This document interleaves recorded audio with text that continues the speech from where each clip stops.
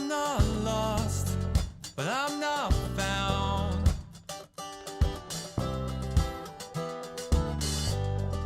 I'm not up, but I'm not down. I love you and I love you and I love you and I love you, and it's so easy. I love you and I love you and I love you and I love you, and it's so hard.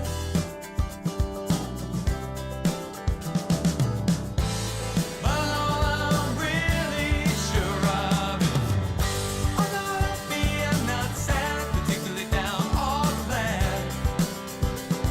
I'm somewhere in between. I'm not blue, red, black or green. Got no favorite thing. I'm somewhere in between.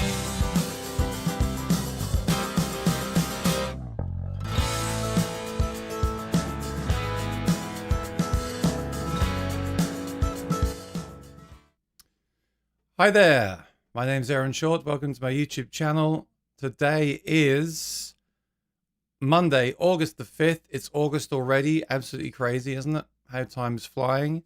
And it's great to be here again on another live stream. Let me know if you got any questions. And the audio should be fine. For anyone interested, anyone does live streaming, I realized that in the streaming software, which I'm using, Ecamm Live, you can go to output and monitor the audio.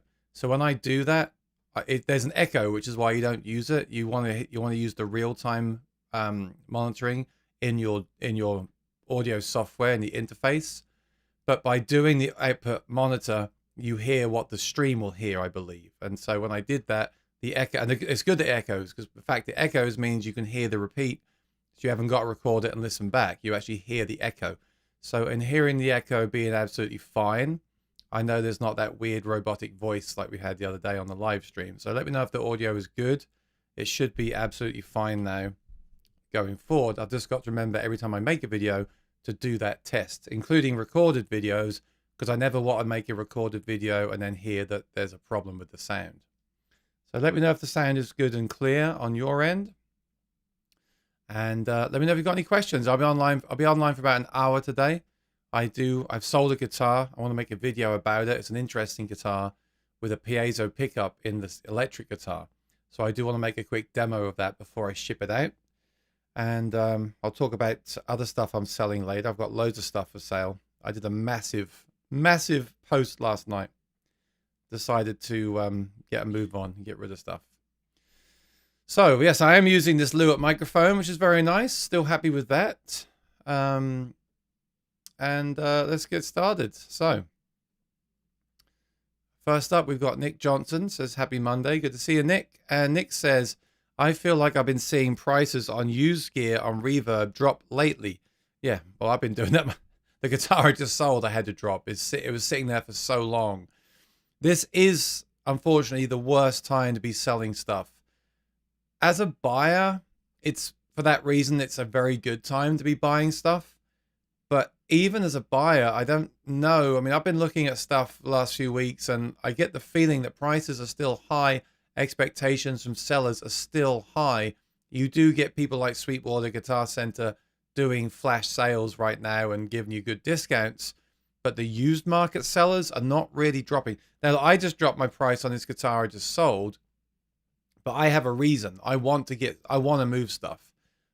If I wasn't in a rush, if I hadn't put this off for so long and done it sooner, I wouldn't be doing that. I just want to get some stuff moved out for personal reasons.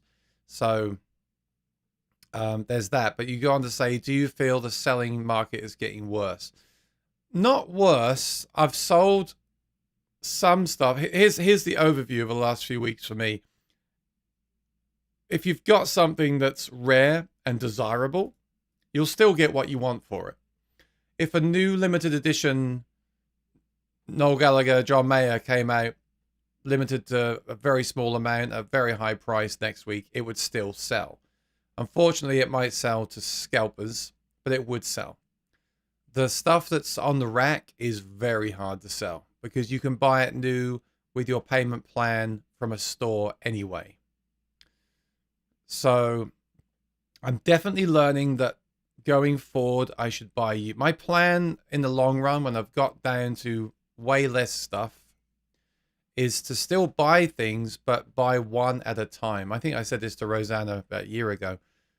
So let's say you all say to me, you need to check out Breedlove guitars. So I would go online, research the one to get, ask you, research, choose one, preferably new with a great discount, like it's currently on a massive sale and I get a great price. Feature it in different videos, a review, a demo, a gig, loads of different videos, use it for 3 months, 6 months, sell it, and then do the same again with a new guitar. Because what I've been doing is hoarding stuff and not even featuring it on the channel, which is a complete waste of space and money. So that's what I want to do. I could also buy used, and I'm realizing lately that buying used is a great option. Look, there's so many guitars out there now. What happens to these guitars? We don't throw them away generally, not like a printer. You might throw an old printer away because it's useless now. It doesn't work anymore. It's not worth fixing. With guitars, we tend to keep them going forever. They can be repaired. They can still be played even if they're beaten up. Buying used is great, and a lot of the old stuff is really good. I hate to say it, I think a lot of the old stuff is better than the new stuff. It just, like the wood. We went to a guitar center this week. Rosanna and Lee were in town. We went to a guitar center and we played some very nice sounding guitars. We did. But visually, cosmetically, and sound-wise, yes, some things are better than the old guitars. The new guitars tend to be plecked, made by machines, are more consistent, have years of knowledge and R&D into them. I'm not saying they're bad, but there's something really cool about the older guitars. So I'm going around. I'm not answering your question here at all, but I'm just trying to summarize. Let me get to your question. The market right now is for the buyer. The market right now is saturated. People are not spending money on guitars. The time to sell your collection was the pandemic. You would have made profit on every single guitar.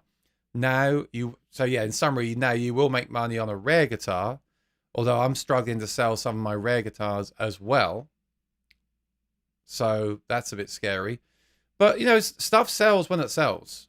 When the right person logs in that day and sees a fair price and they want that particular guitar, they will buy it. It's not diabolical right now, Nick. It's just not as good as it was. And like always, you have to do a good listing, convince people why they should buy something from you, and wait it out. If you wait something out long enough, it will sell. A friend of mine had a guitar listed for months. I won't say who or what it was, but he had a guitar listed for months, and I was thinking this ain't gonna sell. And then he told me he sold that and something else in one day. It went locally for more than he paid for it. It's always been that way. If you can wait things out. So if you're thinking about selling something, list it today and do the price you want and wait. It's not good to list stuff when you're desperate because you'll take anything, right? So don't wait for that time to happen. That can happen to any of us. If there is something you're thinking about selling, do a good listing today and get it up there and stick it under the bed and wait it out. That's the way to do it. And then try not to make the same mistake next time. I know it's easier said than done, but try to buy when those sales are on. So some of the stuff I've bought in sales and I've managed to get most of my money back, if not all of it. Or buy used and just try to accept the fact it's been used before. Because, I tell myself a lot, when you buy something new, brand new, it's wonderful. It's a nice feeling. It's cool. But within a few days, you look at it and you think, well, that's not new anymore. It's already used. I can already see the pick scratches and the first ding on the guitar. That's no longer a new guitar. So I paid all that extra money just to have something new for a few days. I'm sure I don't need to tell people watching the channel this. I'm sure you know this. I'm sure most of you have been telling me this for the last 5 years. But I am starting to I'm starting to come around your way of thinking now, mostly because the new prices are so astronomical. Back 10 years ago, you could buy a D18 from Sweetwater for shipped to the door $1,800. And then if you sold it for 1,500, you might lose 300, and that would be crazy to do that the week after you got it. But now at 2,800 for a D18, and you want to sell that a week later, you're probably still going to get 1,500 for it, and that's just scary, really scary. So, yeah, I would say the used market is not good for the sellers. It's good for the buyers, but if you are not in a hurry, you can still get the prices you want to get. So bear that in mind. And that's all based on my experience in America. Your experience might be completely different wherever you are. Rosanna, thanks for moderating. Good evening, and everyone in the chat. Happy Monday. Bernard Smith, hello everyone. Bernard here from Suffolk, UK. It's warm everywhere. I just saw there's some new ACs that go in the window. You can still open the window, and they supposedly run really quiet. I would love a silent AC that I could have running while I'm live and while I'm making videos. Because I made the video the other day of the Elite Acoustics mixer, and I was doing a close-up on the mixer, so I wasn't showing my face because I was like sweating. So I was glad that you couldn't see my face, but that's obviously not ideal for certain videos. So one day I hope we can get some silent AC units around here. Lee, how you doing? Good to see you. So yeah, we had a great time with Lee and Rosanna last week. Always great to see them in person, and appreciate everything they do to help me run the channel. Graham's in Manchester. And Kevin says, hello everyone from Indiana. We have a music town called Nashville, Indiana. Very cool. I didn't know that. Patsy, nice to hear you singing again. Great sound. And Dr. McFarland, hey, it's Monday. It is. So, let me know if you've got any questions. I'm going to try and think. I've got some stuff I want to talk about, but I want to make a video. I want you to watch the video. So you'll see an announcement from me in a couple of days, something I'm doing next week, which is really exciting for me. This Quad Cortex update has been great. Let me know if you've installed that. Some people have, a lot of people have been buying the Quad Cortex this week. That Neural have done it. They've really got their stuff going now. I mean, they've announced they've got a new robot to help make these captures of amps that are super accurate. They are about to release the bug fixes for the update they just released. They're about to release the next major update in a few weeks with more plugin compatibility. They've really hit the ground running. And there's not much going on. There's not really much going on lately with the other companies. Headrush, we're still waiting for their Looper firmware to come out. Line 6 haven't released a new product lately. Kemper had the little mini Kemper, but they've not had any new product for a while. So Neural have this opportunity right now, this unique opportunity to really catch up a lot of ground, and they're doing it. So they're very sensible. They've been slow but sure, you know. Joy Buzzer, good to see you here. I'm just gonna have some coffee. 1 second.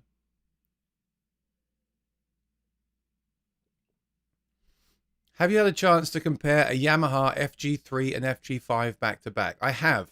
Not in the same room, but I've had one a few months apart. For me, they feel and sound exactly the same. The real differences for me, because they use the same wood. Okay, they're not built by the same people, but they use the same wood, same materials. For me, the big difference is the 5 has the wooden pickguard, the hard shell case, and the bone nut and saddle. Well, here's my thoughts on those things. First of all, I prefer a soft gig bag. I don't want a hard shell case. Now, in the winter, I like a hard shell case to humidify the guitars here. So I do find a hard shell case useful, but for gigging, I like the gig bag. So I have my own Meridian gig bag that I love. So I would actually, in this instance, I prefer the hard shell case for the winter, use the Meridian for the gigs. If I didn't need to humidify, I would get the gig bag. And if I didn't own a Meridian gig bag already, I'd want the one with the gig bags. That's the first thing. Now, the nut and saddle being bone and not plastic, people say that's terrible and criminal these days. You know, I just found out that the 1980s Martins used plastic bone and saddle. And they're some of the best sounding guitars I've ever heard. More on that during the week. But, yeah, some people get very hung up on the whole bone saddle thing. And then finally the pick guard. Well, I didn't like the wooden kind of textured pick guard, but someone said you can just peel that off. It's just a sticker. So if you do buy the more expensive guitar and it's got that pick guard you don't like, you can peel the top layer off and it's just a regular pick guard. So I thought that was cool.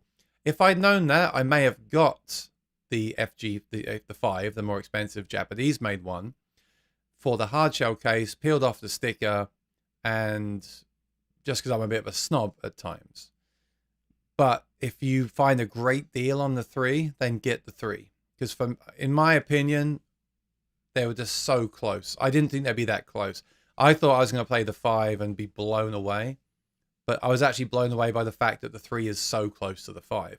And a good sounding 3 could be better than a 5. Because I really believe all guitars sound different and unique. So go for the one where you can find it, either play it in person or get the best deal. Don't worry too much about the differences unless the 3 things I mentioned are important to you. And regarding the pickup, it's an excellent system. So if you do play on stage, get the one with the pickup, in my opinion. All right, it's dry on the moon. Good to know. I want to hear the guitar behind you. I did play it. That is the Fender Mod Shop. So I do have a video on the Mod Shop, and I do play it at the end of the video. I didn't spend much time dialing the tone in, but I do play the guitar. Paul, how you doing in Ohio? Good to see you here. And a new Quilter product dropped today. I didn't know about that. Let me have a look. I have a funny thing with Quilter. I've played them. I've played 2 of their products off the back of people like McFarland saying that they were amazing, and I just didn't gel with them. I just didn't get it. There's been a few products in my life on this YouTube channel that people have raved about. I just couldn't see it. The Spark amp is another one of those, but the Spark 2, I believe for me, could be what the Spark 1 promised to be. It's got the looper, it's got the improved sound, it's less bassy apparently, it's got battery option. I think I'd like to try a Spark 2. But the Spark 1 that everyone raved about and the Mini that everyone raved about, I just couldn't see it. So let's see what this thing is. Is it the Quilter DirectAmp? I've got to find it. I want to see this. Quilter DirectAmp. Does it use IRs? That'd be cool if you could load IRs into it. Yeah, another amp sim. Yeah, you know what I'm going to say? Another way to amplify your electric guitar. Well done, everyone. Well done. Here we go. DirectAmp. Let's have a look at this. I'll react to this in real time. $400, pretty competitive price. Oh, wrong window. Hang on. There we go. Quilter DirectAmp. Okay, it looks like the old Quilters, but it's got 4 buttons. Effects, loop, reverb, limiter, and boost. Okay. It's got master, reverb, treble, middle, bass, limiter, gain, 3 different sounds, JMP and AC15 and Fender, so clean, crunch, and lead, I guess. 3 different speaker types, 3 different cab type, but there's not IR, right? I bet they're analog. Wireless input. What's the wireless input? If you know, let me know, because I haven't got time to do all my research. Go play along with tracks from your phone via wireless input. An all-new wireless input accepts Apple lossless. Okay, so you can play backing tracks through it and play the lossless files. It's not for the guitar wireless. Okay, it's not IR, right? It's analog amp sim. To me, it looks like, and correct me if I'm wrong, but to me it looks like they've just basically repackaged the old Quilters and put some extra functionality into it. I would be more interested in seeing IR loading capabilities. And I don't see the point of the foot switches. FX loop, reverb, limiter, and boost. I want that to be channel select and a clean boost for a lead solo. So I just take this and no pedal board. I guess they're trying to market this as an amp though, not as a full pedal board replacement. Yeah, I don't know. I'd like to try it. I'd like to try Quilter again, but I have tried 2 of the products and I just didn't. I don't know what it is. Some products. I don't know if people rave about some products and it becomes this overhyped thing in my mind that when I plug into them, I just don't see it. Or if I just don't get, I guess sometimes sounds just aren't for everybody, right? I just didn't get it. The little one I tried, like this format, the green one, was very impressive for what it was. But the amp with the head and the cabinet, I couldn't see it. And yet that Fender FR cab thing, I just love. Plugging a modeler into that, I love. But plugging a modeler into the Quilter amp, I didn't get it. There was something missing for me. So, and I guess you can plug this into a real cab as well, right? Which is nice. Or can you? Because the little ones they make are they're actually amps as well. You can actually power a cabinet from them. So I would assume you could do it with this one as well, which for me was the biggest selling point with that little green one. You could plug it into an actual amplifier. I'm sorry, you could plug it into a guitar cabinet, which was really cool. But I don't see that on here, which concerns me a little bit. No, I guess you can't plug this into an amp. All right, correct me if I'm wrong. But yeah, always happy to see people releasing new products, but I don't think this would be something up my alley. I like the way they've recessed the controls. That's nice. That's a good design. All right, thanks for bringing that to our attention, Dr. McFarland. Cool stuff. So, different and unique, unless it's a tailor. Different and unique. Did I say that? I've already forgotten what I said. You know, I'm not against tailors either. Again, what I think my long-term plan for this channel, it would make way more sense for me to have the core guitars that I use to pay the bills, and then put some of my money into either just one electric or one acoustic, or maybe an electric and an acoustic, and run those in videos. So if I'm reviewing a pedal, I use them in that video. I use them at gear. I just focus on those, and then I sell them on and get something else. Basically, so everything that I have here is actually being used. I don't want any more to have a bunch of guitars in the closet that are not being used at all. That's just a waste of money, and it's way better to invest that money into a high interest savings account or something. But I do want new stuff coming through. That's the danger with doing a YouTube channel. You feel this constant pressure of, I need to check out so-and-so for the channel. But even if you get... Okay, there's a few problems with that.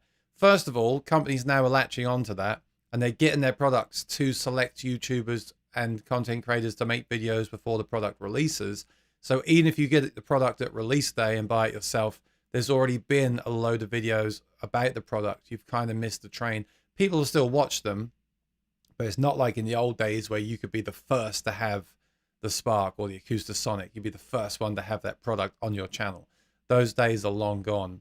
And second of all, even if you manage to get a video have 100,000 views, that will not cover the cost of the product. So you're still, even if you get a really successful video, long term it will help the channel grow. You'll get subscribers and you'll get kudos from the community and the viewers, but you're still going to lose money when you sell it. So I think it's okay to buy and sell gear for the channel a couple of times a year, but you can't do it every week. You're going to end up going bankrupt if you do something like that.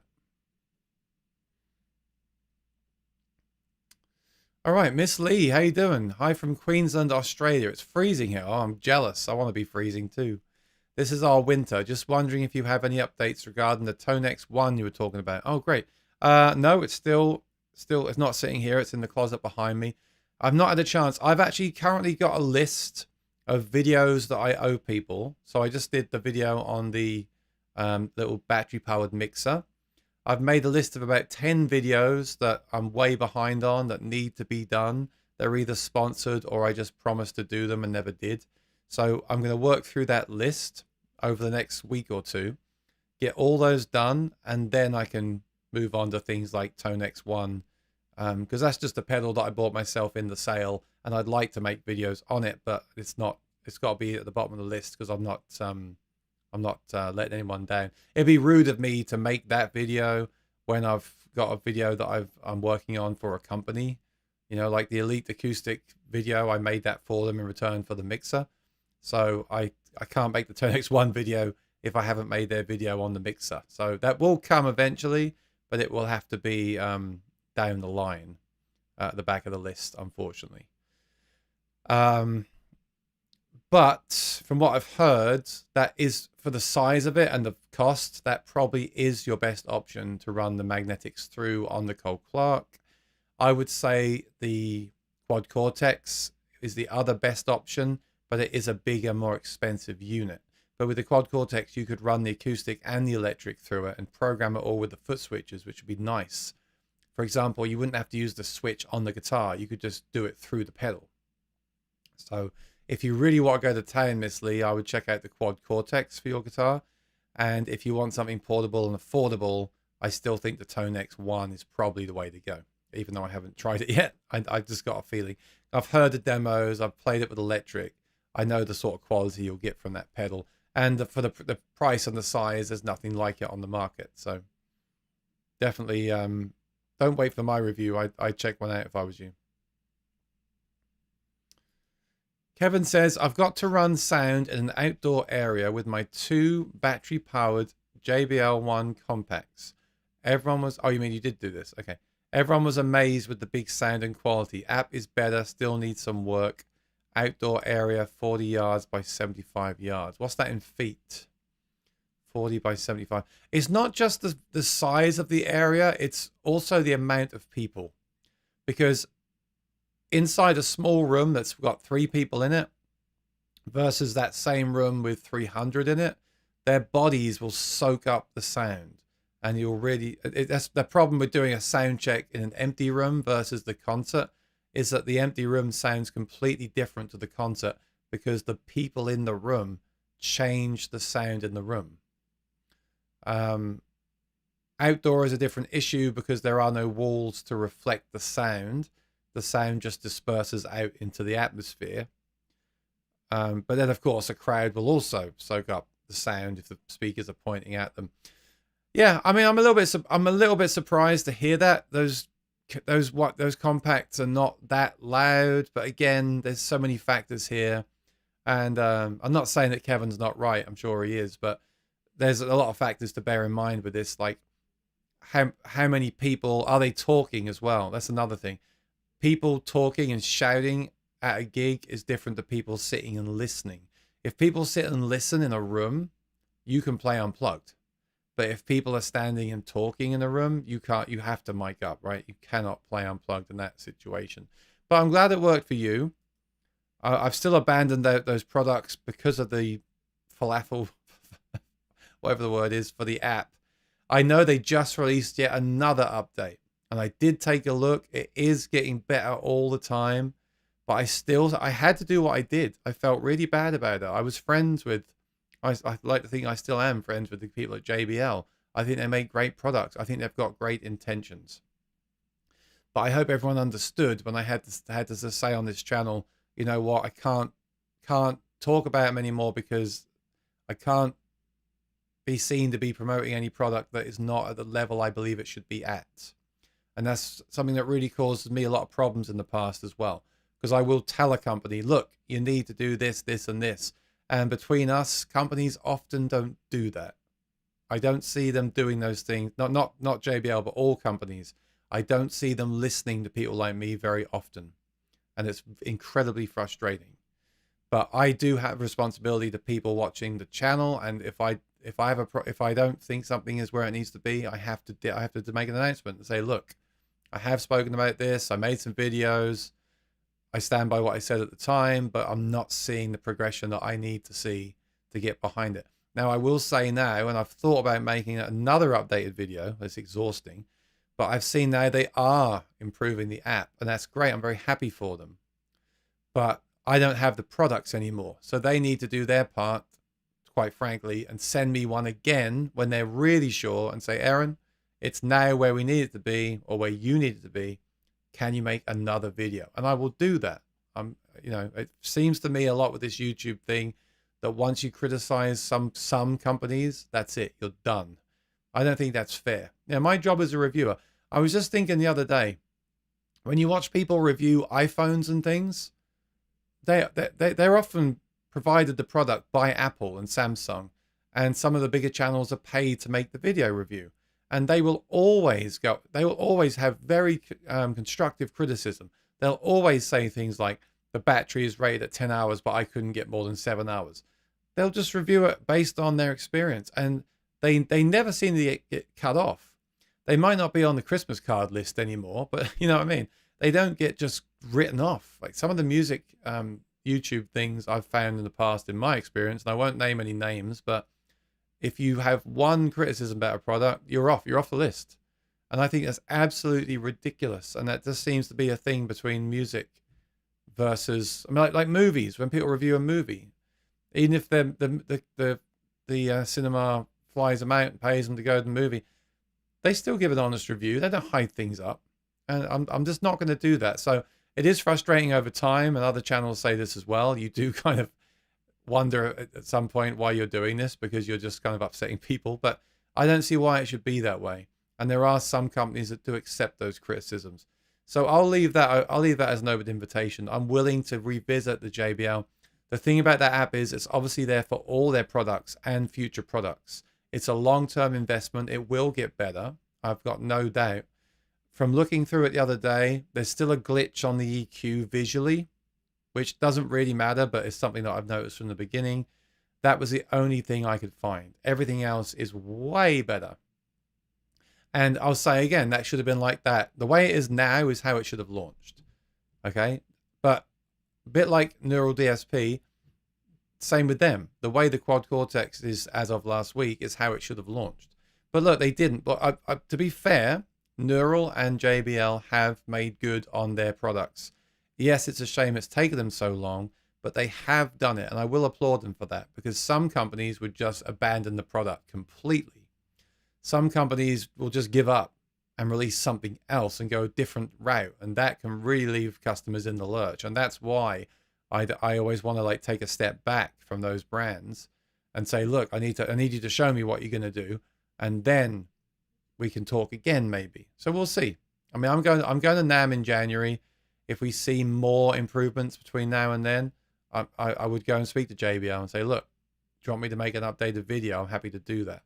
But you just don't know in this industry. It's such a weird, the whole YouTube thing is such a weird new world. And some people just seem to take massive offense at stuff. I don't know why that is. I only ever try to offer people ways to improve their product. I've never attacked a brand and said, well, that sucks. I've never done that. I've only ever said, I feel so-and-so could be better if they did this. And the funny thing is, some companies have done those changes, but they still don't want to talk anymore. Even though and I'm not saying they made the changes because of me, but the fact that I made those suggestions and then they did them, you would think they would then say, hey, yeah, do you want to check it out again because we actually made those changes? I would be very happy to say they made the changes and you should all go out and check them out. But I'm not going to do that. I'm not going to go out and buy it myself just to make an updated review. They need to help me out on that one. I've already made the review. I can't constantly be, I need, if someone feels that something is improved, they need to help me out, get it to me, and ask me politely to make that video. We can work something out. I'm not going to go out and buy. It's bad enough buying stuff to review anyway, but then to re-buy something, no, I can't do that. So anyway, a little bit of behind the scenes info for you there. But I am glad that JBL have updated that app again.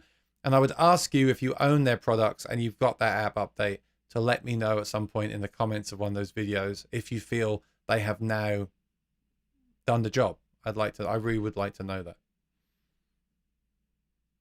So that was Kevin. Thank you, Kevin. And the doctor says it's not an amp sim. It doesn't power a cab. Yeah, some of their small little pedals, the one I had, will actually power a real cabinet, which I did think was cool. And that one did sound pretty good. But it wasn't something that I would actually use for a gig. It wasn't loud enough. The wireless input is for the Bluetooth. Okay. That seems like a bit of marketing to me. We've got a special wireless thing that will do Apple lossless music. I mean, isn't that just a Bluetooth? Is that... Anyway, it's good it's got Bluetooth. Don't get me wrong. I wish the Quad Cortex had Bluetooth. But who knows? I don't know. Lee said we had a great time in New York. Good food and company. Good to hear, Lee. Good to hear. Good times. And And then a question from Joy Buzzer. When should I use a DI box with acoustic guitar versus plugging directly into the mixer? All right, I'll answer that question. That's a great question. Before I do, just going to ask you, if you haven't, to subscribe to the channel. Today's sponsor is myself. So here we go. Make sure you've pressed on the subscribe button. It is free. Subscribe always sounds like you've got to pay. No, that's to become a channel member, which I don't have. So hit the subscribe button. It's free to do. And then make sure you press the notification icon and say all notifications. That will tell you when I go live or post a video. I don't do it that often, so you won't get annoyed. And if you're liking this stream, if you got anything useful out of it, give me a thumbs up. Hit that like button there. That's the like button below the video. That really helps me out. And help me get my way up to 20K. I'd really appreciate it. Subscriber numbers really means nothing. It's just a nice number to hit. Okay, so let's answer Joy Buzzer's question. This might take me a few minutes. When should I use a DI? So DI box is direct inject box, or direct input, direct inject. I'm not sure which one it is, but basically to plug into something directly with acoustic guitar versus plugging directly into the mixer. So the two main answers to this question that I've ever heard in my life, the first one is whenever you go and play a gig with a sound engineer, they'll always hand you a direct box. They'll hand you a box on stage that's got an XLR mic cable plugged into it that goes to their mixer. And they always tell you need to use one. Well, they've got a point, because they tend to have their mixing board at the back of the room, and they're running a long cable to the stage, and then you're plugging your guitar into that. So the reason they do that is because it allows them to run that balanced cable. Oh, thank you, Chris. Appreciate it. It allows them to run that long cable.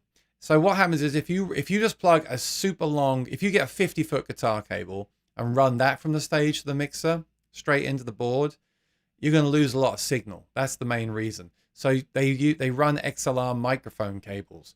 You can run those cables further with less signal loss, but you can't plug the XLR cable into your guitar. Actually, there was a Taylor at one time where you could, which I thought was really cool, but not very common. So what they do is they run the XLR cable from the mixer, from the XLR input, all the way to the front of the stage into the box, and then you plug your regular guitar cable from the guitar into the box, and it converts it into that balanced. So a guitar cable is unbalanced. You plug that into the DI box, and then the XLR cable out of that to the board is balanced. So that's why most venues and sound engineers will run a DI box. I see you said impedance. It's impedance as well, yeah. So you've got to be very careful with passive pickups. A passive pickup like a K&K with no preamp inside the guitar, it's just, think about it, it's just the raw pickup.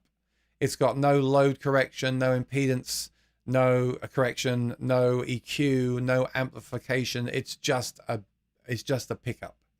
So that does need to run into a DI.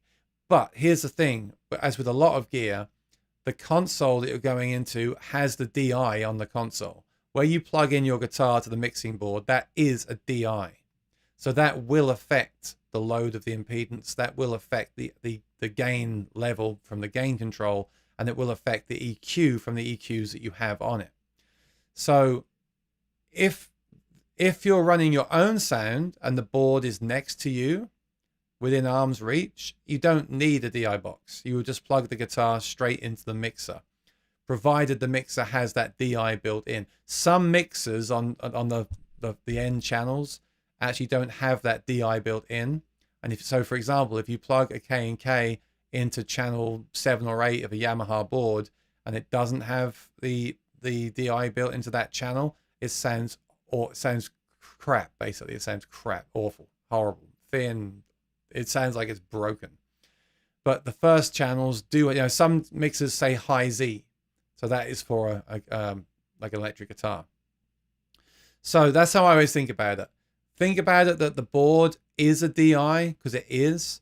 You can plug a passive pickup into a good board with a 10-foot guitar cable. You can use that input impedance switch. You can use that high pass filter, and you should do, by the way, with a K&K. and you can use that EQ and everything. That is your DI. You don't need an amp. You don't need, all you need is that and a monitor speaker on stage, and you're good to go. You don't need anything else unless you want to control stuff with your feet. But if you're in a big theater and they're running the sound at the back of the room and a cable will be traveling further than, say, 25 feet, then you do want a DI box on stage, and you do want to run that long XLR cable to the actual mixer. So that's how I always think about it. I always plug into my own stuff. I never play at theaters, so I don't use a DI box. Well, my TC pedal is basically the DI box, and then that goes into my speaker. But if you're playing theaters, if you're touring, there'll always be a DI box on stage for that. They're just getting that long cable to the back of the room, basically. So I hope that answers the question. So the short answer, the Aaron short answer is most times you can just plug straight into the board, but make sure the board has the DI. Some channels of a board don't have basically that preamp built in, and it sounds horrible. Like channels 7 and 8 of some Yamaha boards and any board, like channels 7 and 8 is often for a stereo keyboard input, and the keyboard already has the amp and the DI built in, everything built into the keyboard, right? So they're expecting you to plug in those left and right analog unbalanced cables, and then basically the keyboard is acting as the preamp. So if you try and plug a passive pickup like a K&K into that channel, it's going to be, there's no preamp involved. It's going to sound terrible. So you've got to really watch out for that. Did you sell your HD28? No, but I'm going to. Now, I don't have an HD. I had an HD28 years ago that I really liked with the K&K in it, and I sold that. I probably shouldn't have done that. It was a really good guitar. I have listed my HDC28. It's the cutaway. It's amazing. It sounds great. It's still in almost mint condition. They don't make them anymore. Excuse me. I had to really think twice about this decision, but I have decided that I'm not using it. I don't need to plug in that guitar. I've got the Cole Clark. I'm going to sell it, but I'm not giving it away. That guitar I'm going to sell for $3,500 because they don't make them anymore. You'd have to do a custom. A custom would be around $4.5, $5. You have to wait for it. You don't know what it's going to sound and play like. The guitar I have is excellent. So anyone that says to me, well, you're charging too much, you're not going to sell it, my answer to them is, I don't care. I'll keep it. It's a great guitar. I'll never get one ever again in that condition. It's basically brand new, almost brand new. No, it's not.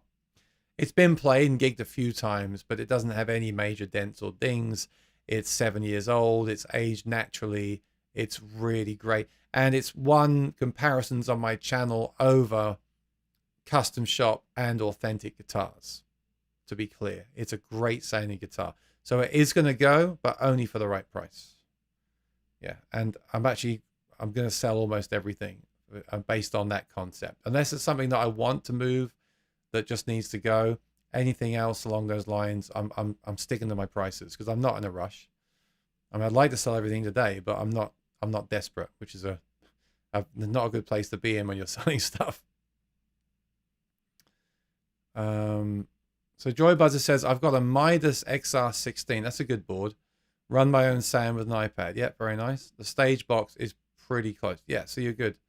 I mean, if you have that, that is a box, right? That XR16 is a DI box. That's exactly what it is. The iPad connects to it wirelessly, and you make the controls from there of the internal DSP. So that basically is your box on stage. And so you can plug a passive pickup straight into that, and then you can make your changes. Something I realized recently about passive pickups, I realized this the other day. I don't know why this hasn't hit me before. I should make a video about it. I plugged a passive pickup in here a while ago, and my studio monitors that are not covered, so you see the raw speaker of the monitor, was going wild, like crazy. I thought, wow, they're broken. I've broken my speakers, and these are nice, very nice speakers I've got in here. And I thought, wow, they're broken. They're literally going like this. And it's the fact that a raw passive pickup has no treatment.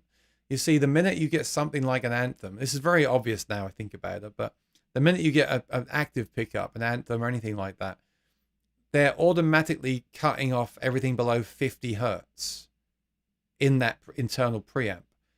Because the passive pickups don't do that, they can't do that. They're passive. They've got no control over anything. They're just the raw pickup. That's how you should think about it, the raw pickup. You get all that low energy of that 50 hertz and below, and that's why you get so much feedback from something like K&K. You just get that sub mess. You need to get rid of that sub mess.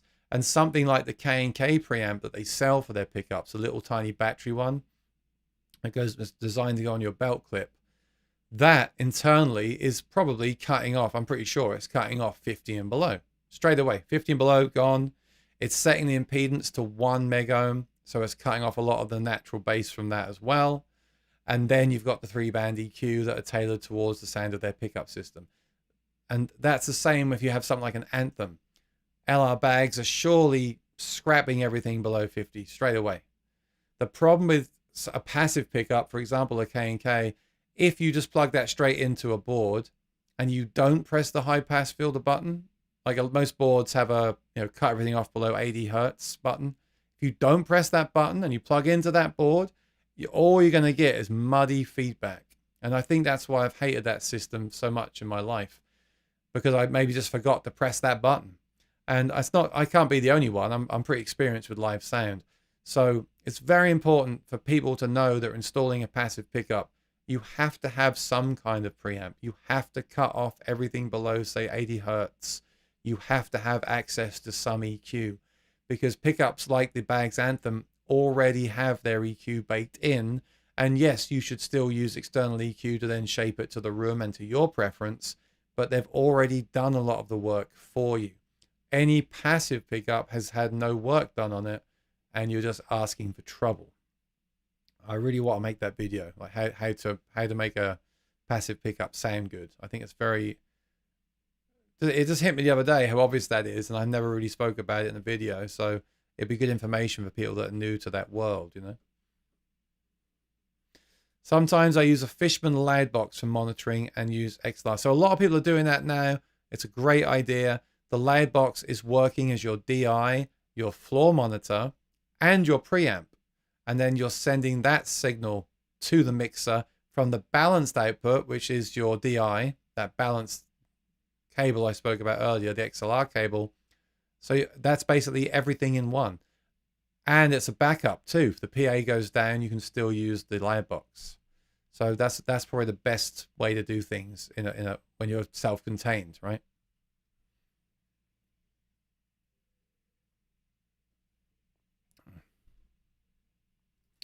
Rex says, greetings, waiting at home, just watching videos and reading the manual. Huh? Oh, hang on, you wrote it again. Greetings from Montana, reading manual and watching videos on VoiceOver Extreme to use when I get, okay, good luck with that. It's not too bad. A friend of mine just got one. He's really hit the ground running. He's good with this stuff, but he's getting it dialed in. It's taken him a couple of weeks, and he's very happy with it. So I'm happy about that too. I gotta say, mine is sounding great. I tried to turn up the tuning on mine to 50% the other day, and you could hear the artifacts. That was a bad idea. So I've got that, no, 60, sorry. Now I've got it back down to 45 and trying 45% tuning on it. It's nice, auto tune isn't for people that can't sing and tune. It is a great way to tighten up the sound. So a great example of this I've found is when you sing a really low song, no matter how good you are at singing, when you sing really low and it doesn't cut through the mix, especially if you're not using in-ear monitors and you can't really hear yourself, the pitch tends to wobble a little bit. So having a bit of auto tune on that low pitch is really nice. So I'm at a place now where I'm very happy with the sound I'm getting from this Voice Live 3 Extreme. I did a version of Stray Cat Strut a few days ago. I might post that on my channel later. I'm very happy with it. I'll see. I like to post a cover now and again from a gig. Alan says, good evening. Long time not here. Nice to see you too, Alan. Hope you're doing well. Very good. So let me know if you've got any last questions. I'm going to be on for 10 more minutes because I have, like I said, I've sold a guitar that's going to ship out tonight. I want to make a video. It's an electric guitar with a piezo pickup. I want to talk, a lot of people have asked me on my channel, should you put a piezo pickup in an electric guitar? So I'm going to demo that and tell you why you should consider doing that, and also why you shouldn't consider doing that. Then I'm going to ship the guitar out after I've done that video, and hopefully some others too. This week I will have some more. I should have some more Elite Acoustic. I should have a few other videos I'm owing to people from a while ago. I'll definitely have an announcement about a trip I'm taking very soon. So definitely stay tuned this week. And we've got a lot of news coming this week and next week and the weeks after. And one more time, if you haven't subscribed to the channel, please do. It really helps me out. Alan says, I know some don't like the cables, but I've been using the K&A pickups, HP1A acoustic pickup. It's an active humbucker. Amazing sound. Amazing sound? Let me take a quick look at this while we're here. I've seen K&A. They make the ones that go under the bridge, right? Under the saddle. In front of the saddle, I should say. HP1A.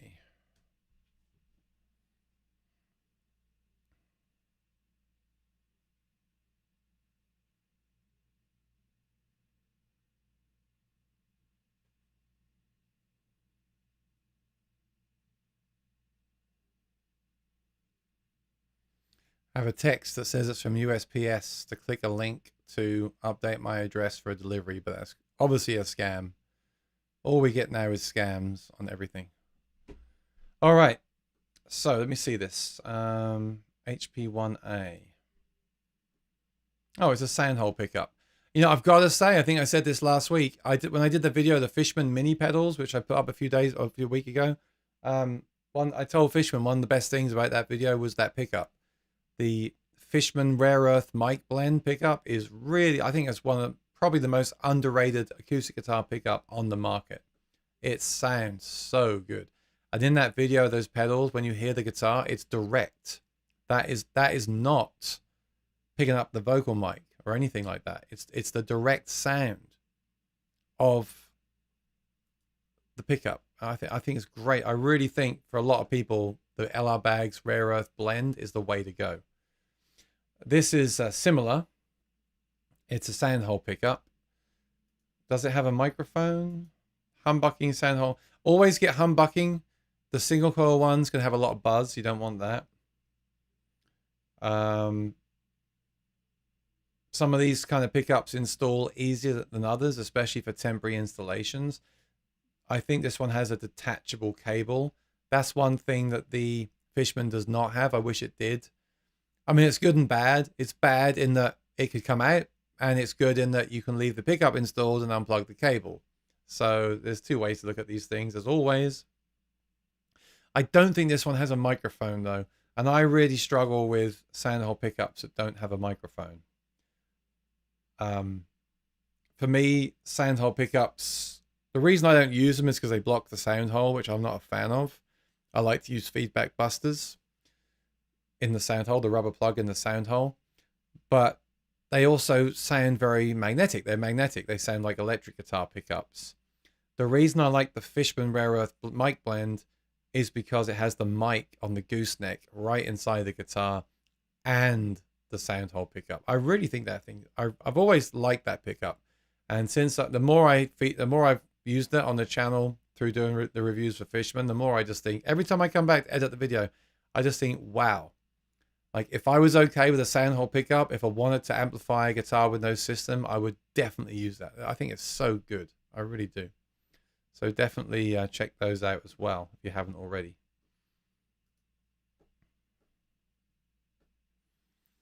But as always, I'm glad that works for you, Alan. These things are all different. 2 easy screws. Yeah, the problem with the Fishman one is it is hard to change the battery. You got to take it out ideally to change the battery. You can't detach the cable, but I just think the sound of that Fishman Rare Earth mic blend is just exceptional. And as you know, I've tried a lot of systems. Especially if you're doing something like in-ear monitors, because blending that microphone in, and also something amazing with the Fishman stuff, you got to give them kudos for this, is that you can run a stereo cable, and therefore you can run both sources into separate channels of a mixer. So with something like this rare earth mic blend, if you had something like a quad Cortex or a mixing desk like Joy Buzzer has, you could run the split cable and have the sound hole pickup in input 1 and the microphone in input 2, and EQ them separate and mix them separately at the mixer. And then if you're using in-ear monitors, you could have more of the microphone in your in-ear monitors and less of the microphone in the PA to avoid feedback. So I really think this is overlooked by a lot of people that would benefit from this system. I think for me, it's the most underrated system on the market, 100%. Yeah. All right, that's certainly one of the nicest sound hole pickups I have seen. Oh, nicest looking. You mean, I think you're talking about the K&A because it looks like wood. I have a thing about this whole thing with acoustic stuff looking like wood. Like often acoustic amps look like a wood effect on the cabinet. Pedals look like wood. Pickups look like wood. I get it if it matches your guitar, but I prefer the black. You know, like a black amp on stage is just so inconspicuous. A sound hole pickup being black again is inconspicuous. You don't see it. So that's very much personal preference, though, isn't it? But I just think having the microphone and the sound hole pickup on the Fishman is just awesome. And if you don't believe me, if you want to hear the proof, go and listen to the video I released last week about using acoustic effects pedals with your acoustic guitar, featuring the Fishman AFX pedals. And whenever I demo the acoustic guitar, that is a direct feed straight in. There's no vocal mic. Listen to that video with headphones, watch that video in 4K, and you'll see what I'm talking about. Alan says it is wood, mahogany. Yeah, I think if that wood matches the color of your guitar, I think that's very cool. But for me, that doesn't often happen, so I'd rather just have the black plastic. But again, that's purely a cosmetic, subjective opinion. All right, it's 5 o'clock. I'm going to wrap things up. I'm going to go and shoot a video. So once again, if you're new here, please subscribe, ring the bell. It really helps me out. Watch out for videos this week. And I will be on again next Monday at the regular time. And we can talk more next week about what's happening, this thing I'm going to be talking about soon. One more question from Brian before I go.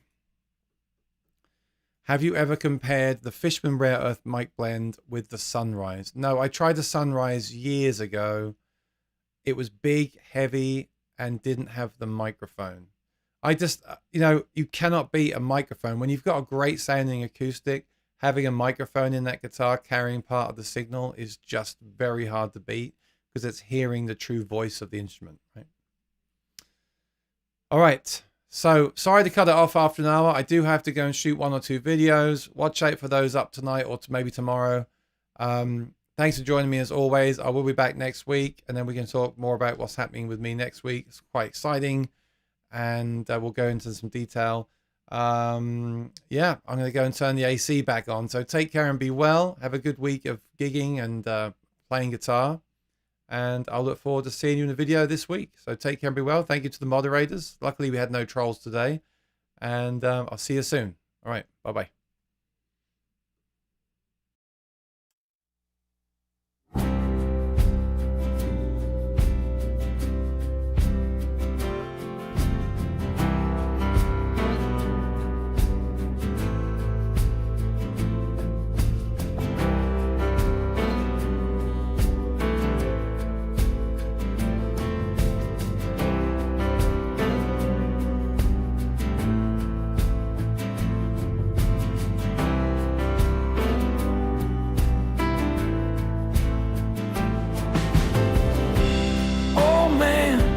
Goddamn, bought another 6-string today.